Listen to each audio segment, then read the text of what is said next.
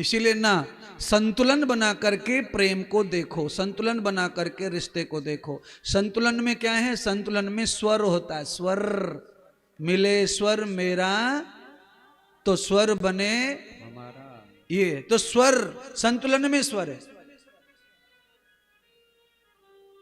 अगर संतुलन बिगड़ा तो सारे स्वर बिगड़ जाएंगे हमारे भैया इंस्ट्रूमेंट के।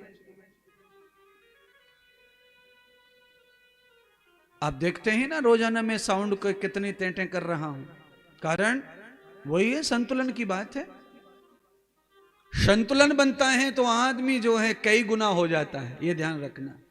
और बैलेंस बिगड़ा तो पहलवान को भी गिरना पड़ेगा वहीं जहां पर कमजोर गिरता है। बैलेंस बिगड़ने पर सबको वहीं गिरना है।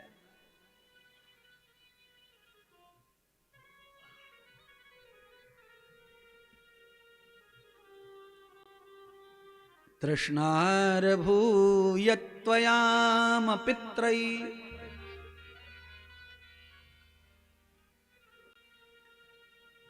जब तक पुत्र की तृष्णा नहीं थी पित्र को, पिता माता को, तब तक बहुत ही धन्य थे व्यास जी और उनकी पत्नी महाराज, बहुत खुश।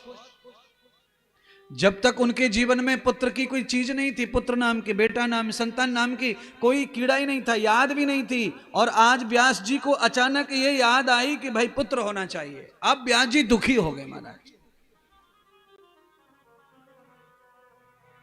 पति पत्नी नया ब्याह करते, पति पत्नी बनते, उस समय कितने खुश रहते। 1-1.5 साल के बाद में ना फिर वो नियोजन करते बच्चे का कि अब बच्चा करेंगे, अब नियोजन करो। अब जब वो बालक का नियोजन करते हैं और नियोजन करने में 5-6 महीने निकल जाएं और नियोजन फिट ना बैठे तो थोड़े थोड़े से दुखी शुरू। 1.5 साल निकल गई, बच्चा नहीं हो रहा, नियोजन चल रहा है तो थोड़े दुखी ज्यादा शुरू। 3 साल हो गए, बच्चा नहीं हो रहा, नियोजन कर रहे हैं, थोड़ा दुख और ज्यादा शुरू। और अब 7 साल हो गए, बच्चा नहीं हो रहा है तो पूरे दुखी। अब का आया संसार में, अब कछु ना आया संसार में, अब ये संसार में आके क्या फायदा। ले जी, सारे फायदे खराब हो गए। भाई क्या बिगड़ गया है? ये संतान नहीं हो रही है, उससे क्या हो गया? नुकसान ही है तो बताओ क्या हो गया नुकसान? मुझे ये पूछना है, क्या नुकसान हो गया? अभी तो 7 ही साल हुए महाराज। ये मेरे पास में तो 100 साल वाला बाबा है कथा में, व्यास भगवान, उसको 100 साल तक भी बालक नहीं है महाराज। 100 वर्ष तक संतान नहीं है, आनंद का जीवन है। जैसे ही संतान की तृष्णा आई, जीवन में रंग में भंग पड़ गई महाराज। चिंता, टेंशन। नारद बता रहे हैं, अहम द्वयान वर्धते सखाम।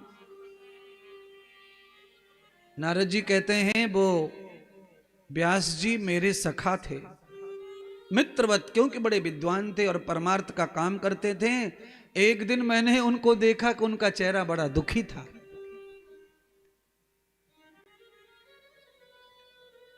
जब पुत्र की कामना नहीं थी तब भी दुख था चेहरे पर थोड़ा। तब दुख कैसा था कि मुझे भागवत आ जाए, मैं भागवत की कथा गाऊं, लिखूं। काम पूरा हो गया, मस्त हो गए, खुश हो गए, आनंदित हो गए, जीवन बढ़िया बीत रहा है।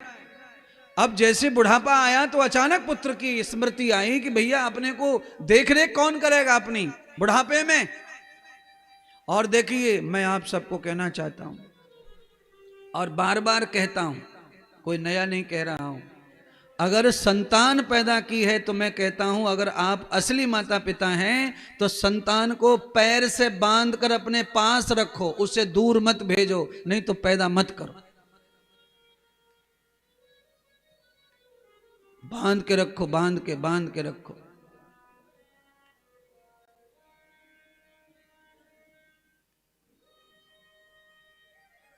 एक बेटा है, एक बेटी है। शादी होके बेटी चली गई, वो चेन्नई में रहती है, बेंगलोर रहती है, पति IIT में है, बड़ी कंपनी में है। बेटा रे, एक ही बेटा है, अब वो भी नौकरी के चलते कहीं चला गया दूर, और अब तुम दोनों अकेले घर में बुढ़े,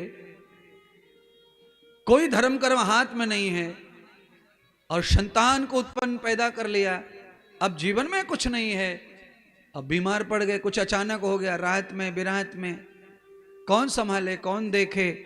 इस बात के बुढ़ापे के लिए संतान को सहारा लठिया माना हमारे शास्त्रों में, और कहा गया है कि पुत्र जो है बुढ़ापे की लठिया होता है। ये कहा गया, शास्त्र, रामायण, गीता, भागवत और चलन सब यही कहते आ रहे महाराज।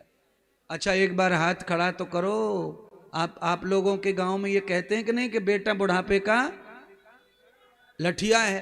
कहते हैं ना कहते हैं? अच्छा बोलो। अब बुढ़ापा, आप तो बुढ़ापा तो आ गया, बेटा तो इंग्लैंड में है, बुढ़ापे की लठिया तो इंग्लैंड में धरी है, और लठिया इंग्लैंड में धरी और कारो सांप यहां निकल आवे तो क्या करेंगे वहां लठिया को, ऐसी लठिया को? भाई लठिया रखी हो बेंगलोर में और कारो सांप यहां आके फुसकार मारे तो करेंगे क्या इसका? अगर बुढ़ापे की लठिया तुम्हारे पास नहीं है तो वो किसी काम की भी, काहे को माथा पच्ची कर रहे हो, 20 साल 15 साल पाल रहे हो, मालिश कर रहे हो, लिखा रहे हो, पढ़ा रहे हो, तुम रात में ड्यूटी करते हो, वो मौज मार रहे हो, केक मारे बर्थडे पे हैप्पी बर्थडे, और तुम्हारी ठंड में सुकड़ी जा रही है सबरी कनपटी। इसका मतलब महाराज आप क्या करना चाहते हो? सबको ऐसे ही रखना चाहते हो, बिना बाप बिना माँ बने ना? मैं माँ बाप बनाना चाहता हूँ ज्यादा, पर मैं कैसा बनाना चाहता हूँ? मैं आपको बुढ़ापे में सहारा चाहता हूँ पुत्र के रूप में। आपका बेटा आपके बुढ़ापे का सहारा बने, उसके लिए पैदा करो, और लिखित में पैदा करो। मैं तो ये कह रहा हूँ, कानून से लिखवा के पैदा करो महाराज।